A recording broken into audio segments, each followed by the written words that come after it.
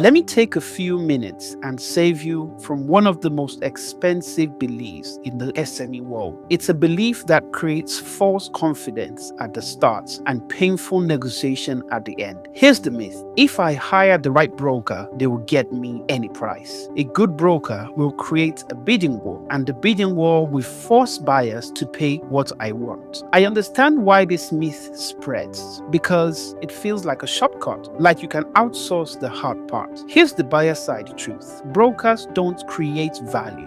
Brokers present value and run the process. The business itself sets the ceiling. And I'm going to say something that might sting, but it will protect you. If the fundamentals aren't there, process doesn't increase price. It increases friction. Let me tell you what this looks like in real life. An owner goes to market with a big number in his head. The pack looks polished. The story sounds strong. A buyer shows interest, maybe even issues an LOI if you're in the US or a heads of term if you're in the UK. Then diligence starts and the deal meets reality. Revenue is less repeatable than it sounds. Margins are inconsistent. Contracts are loose. Key customers are concentrated. Systems live in the founder's head, and the reporting doesn't reconcile cleanly month to month. Now, what happens next often gets misread as the buyer is trying to beat me down. But most of the time, it's simpler. The buyer can't justify the price to their funders,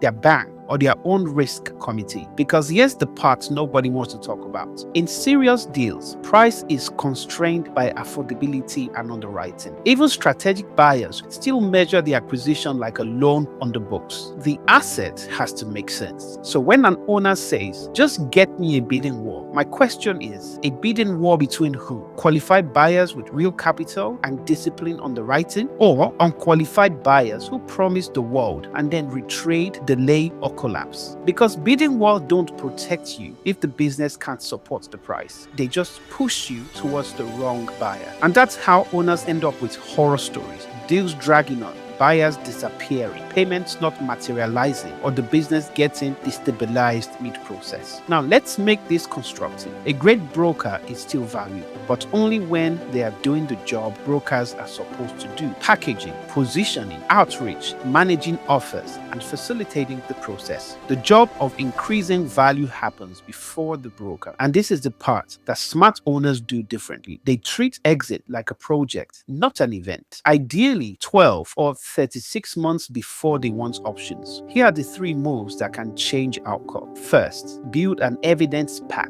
buyers can underwrite quickly. Clean financial story, clear add-backs with proof, reliable monthly reporting, and customer concentration explained.